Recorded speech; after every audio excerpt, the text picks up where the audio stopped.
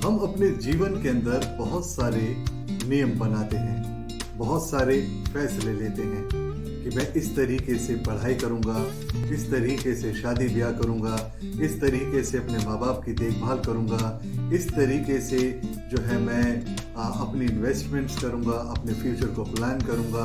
और ये फैसले वो अपने जीवन के अंदर लेता है और उनमें सबसे बड़ा जो फैसला वो लेता है वो ये कि मैं अपने खुदावंद के साथ उसकी इच्छा, उसकी मर्जी के अनुसार चलूंगा। उसकी उन तमाम बातों को, तमाम नियम कानूनों को मैं मानूंगा, अपने जीवन को बदलूंगा, अपनी सोच को बदलूंगा, समझ को बदलूंगा, अपने इरादों को बदलूंगा और एक अच्छा और नेक इंसान बनूंगा, परमेश्वर के लिए एक अच्छी गवाही बनूंगा। लेकिन क्या होता है जब हम बपतिस्मा भी ले लेते हैं, विश्वास भी कर लेते हैं, मुंह से भी अंगीकार करते हैं, लेकिन उसके बावजूद भी जब हम कहीं चूक जाते हैं तब क्या होता है? मैं सैमसन मसीह एक बार फिर से आपका स्वागत करता हूं और आज के इस खूबसूरत और मुबारक दिन में आपको खुशामदीद और जय मसीह की कहता हूं। हम जो आज मनन कर रहे हैं, आज हम मनन के लिए हमने जो वचन लिया है वो यशाया की किताब उसका 41वां अध्याय और उसकी 10वीं आयत है, जहां पर कुछ इस तरीके से लिखा है, मत डर क्योंकि मैं तेरे संग हूं, इधर उधर मत ताक क्योंकि मैं तेरा परमेश्वर हूं, मैं तुझे दृढ़ करूंगा और तेरी सहायता करूंगा और अपने धर्म में दाहिने हाथ से तुझे संभाले रहूंगा। कई बार जब हम अपने परमेश्वर के साथ चल रहे होते हैं, उनकी उन तमाम आज्ञाओं को मान रहे होते हैं, उसके अनुसार अपने जीवन को चला रहे होते हैं और हम भूल चूक कर रहे हैं। और जैसे ही हम भूल चूक करते हैं, हमारा भरमाने वाला शैतान हमारे सामने आ जाता है और वो ये कहता है कि तू कैसा इंसान है, तूने अभी परमेश्वर के साथ वादा किया, तूने प्रॉमिस किया और तू अपने उस वादे से मुकर गया, तूने पाप कर दिया, तूने निंदा कर दी, तूने व्यभिचार कर दिया और तू जो है उस परमेश्वर की दृष्टि में निकम्मा ठहरा है। तू अब वो परमेश्वर तुझे प्यार नहीं करता, अब वो परमेश्वर तेरे बारे में नहीं सोचेगा, तेरे लिए तो तू बिल्कुल बेकार इंसान है, तेरे लिए कोई जीवन का महत्व नहीं बचा क्योंकि तेरा परमेश्वर भी अब तुझे छोड़कर चला जाएगा क्योंकि तूने जो है पाप किया, क्योंकि तूने जो है गलती कर दी है। और ऐसे में क्या होता है, इंसान इस बात को अपने जीवन के अंदर घर कर लेता है। वो सोचता है कि हाँ, अब मैं परमेश्वर के लिए उसकी स्तुति नहीं कर पाऊंगा, अब मैं वचन नहीं पढ़ पाऊंगा, अब मैं बाइबल नहीं पढ़ पाऊंगा क्योंकि मुझसे जाने अनजाने गलती हो गई है और मेरा परमेश्वर जो है वो पवित्र परमेश्वर है, अब वो मुझे माफ नहीं करेगा, अब तो मेरा जीवन जो है ऐसे ही हो गया, बर्बाद हो गया है। और हम क्या करते हैं, हम अपने उस जीवन को उस परमेश्वर के रास्ते से हटाते चले जाते हैं।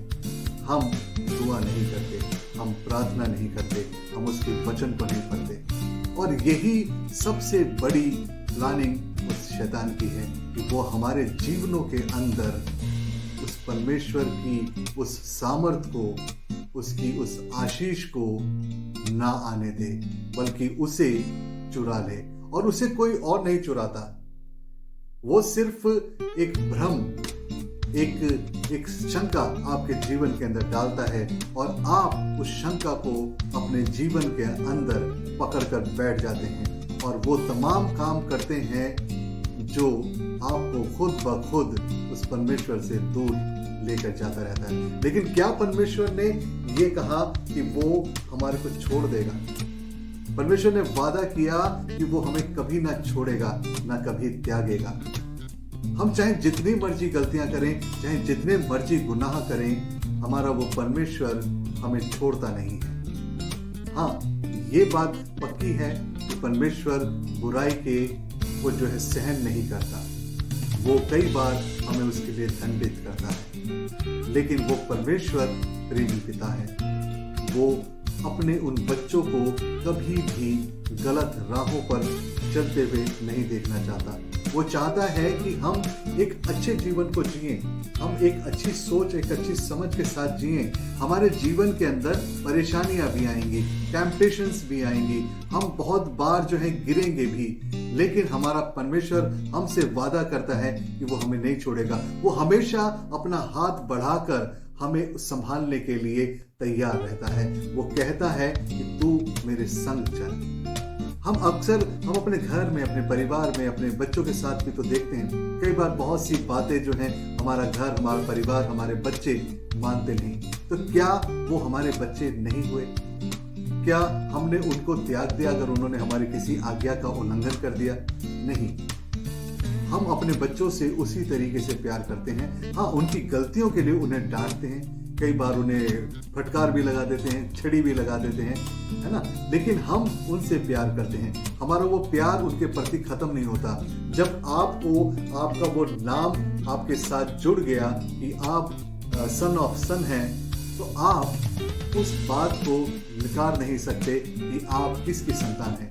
और जब आप अपने जीवन को उस परमेश्वर के साथ एक बार वादा कर लेते हैं कि प्रभु, अब से मैं तेरा बच्चा हूँ, तेरी संतान हूँ, तेरी उस आज्ञा के अनुसार चलूंगा, और आप कहीं ना कहीं भूल चूक कर जाते हैं, तो आपको जब भरमाया जाता है, जब आपके दिमाग के अंदर बुरी बातों को डाल दिया जाता है, ये बात डाल दी जाती है कि तू अब पापी है, अब तेरे जीवन का जो है सत्यानाश होना है, अब तेरे जीवन का पतन होना है, अब तेरे पास कोई उम्मीद, कोई आशा नहीं है। जब आप इस तरह की शंका या इस तरह की बात अपने जीवन में देखें, तो आपको क्या करना है? आपको अपने पिता के पास वापस लौटना है। उससे कहना है कि पिता, मुझसे जाने अनजाने गलती हुई, तू मुझे माफ कर, और अपनी उस पिता दया के लिए, जैसी दया पिता परमेश्वर उस उड़ाऊ पुत्र के पिता ने उसके साथ रखी, जब उसने अपने भाई के उस संपत्ति के साथ बंटवारा किया और अपनी संपत्ति को उसने बुरी बातों में, बुरे कामों में उड़ा दिया, और उसके बाद जो है उसे पछतावा हुआ और वो वापस आया, उसके पिता ने उसको गले लगा लिया। पिता, मेरे जीवन के अंदर भी अगर कुछ गलतियां हो गई हैं, पिता, उसके लिए मैं क्षमा मांगता हूँ, और मैं चाहता हूँ खुदा कि तू मुझे माफ कर दे, और एक और मौका मेरे जीवन के अंदर दे खुदावन, और अपनी सामर्थ्य से, अपनी बुद्धि से मुझको भर दे, ताकि मैं तेरी इच्छा, तेरी मर्जी के अनुसार अपने जीवन को जी सकूं, उसके अनुसार चल सकूं। और परमेश्वर प्रेमी प्रभु है, वो आपको माफ करेगा और आपको एक बार फिर से एक नया जीवन जरूर देगा। आप भटके नहीं, आप इधर उधर कहाँ जाएं। आप ये ना सोचें कि यस, अब तो जीवन खत्म है, अब तो कोई फायदा नहीं किसी भी चीज का। आप इस बात को अपने जीवन के अंदर डाल लें कि आप जब जब उस परमेश्वर से दूर होंगे, आप और भी ज्यादा दुख में, तकलीफ में, परेशानी में आ जाएंगे। आइए हम दुआ करें।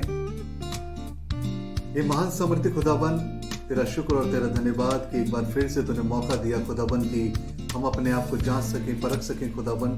और पिता परमेश्वर, हम जानते हैं कि जब हम तेरे साथ चल रहे होते हैं तो बहुत बार बहुत सी परीक्षाएं, बहुत सी बुरी बातें खुदावन, हम पिता परमेश्वर उन बातों के अंदर फंस जाते हैं और तेरे विरुद्ध पाप कर बैठते हैं पिता परमेश्वर। लेकिन तू वो प्रेमी पिता है जो पिता हमसे प्यार करता है। हम तेरा शुक्र करते हैं क्योंकि तूने वादा किया कि तू हमें कभी ना छोड़ेगा, ना कभी त्यागेगा। और तूने कहा कि इधर उधर मत ताक, यदि तुझसे कुछ गलती भी हो गई है, अगर तुझसे कुछ गुनाह भी हो गया है, तो इधर उधर मत ताक, इधर उधर मत जा, क्योंकि मैं तेरा प्रभु हूँ। मैं तुझे फिर से संभाल लूंगा, मैं अपने धर्ममय हाथ से तेरी उस रक्षा करूंगा। और पिता परमेश्वर, ऐसा मौका पिता परमेश्वर जब तू हमको देता है, तो खुदावन हम तेरी उस नजदीकी के अंदर लौट सकें खुदावन। हम पिता परमेश्वर अपने आप को उस बुराई के अंदर और ना धसाएं और ना फंसाएं खुदावन, परंतु तेरी और लौटें खुदावन। उसी तरीके से जैसे वो उड़ाऊ पुत्र अपनी गलतियों के बावजूद खुदावन इस बात को महसूस करता है कि मुझे अपने पिता के पास लौटना है, और मेरा पिता, मुझे मालूम है कि वो मुझे क्षमा जरूर करेगा। हम जानते हैं कि तू हमारा प्रिय प्रभु है, हमारा उद्धार करता है, माफ करने वाला प्रभु है, और तू हमारी गलतियों को माफ करता है। पिता, तेरा शुक्र और तेरा धन्यवाद। पिता परमेश्वर, जाने अनजाने जो कुछ भी हुआ पिता परमेश्वर, उसके लिए तू क्षमा कर और हमारे जीवन पर एक बार फिर से अनुग्रह कर।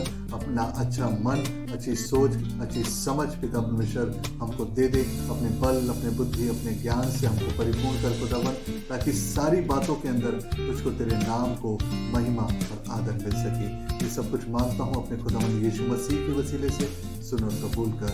आमीन। प्रभु आप सभी को आशीष दे, बरकत दे और आपको हमेशा संभाले रखे। जय मसीह।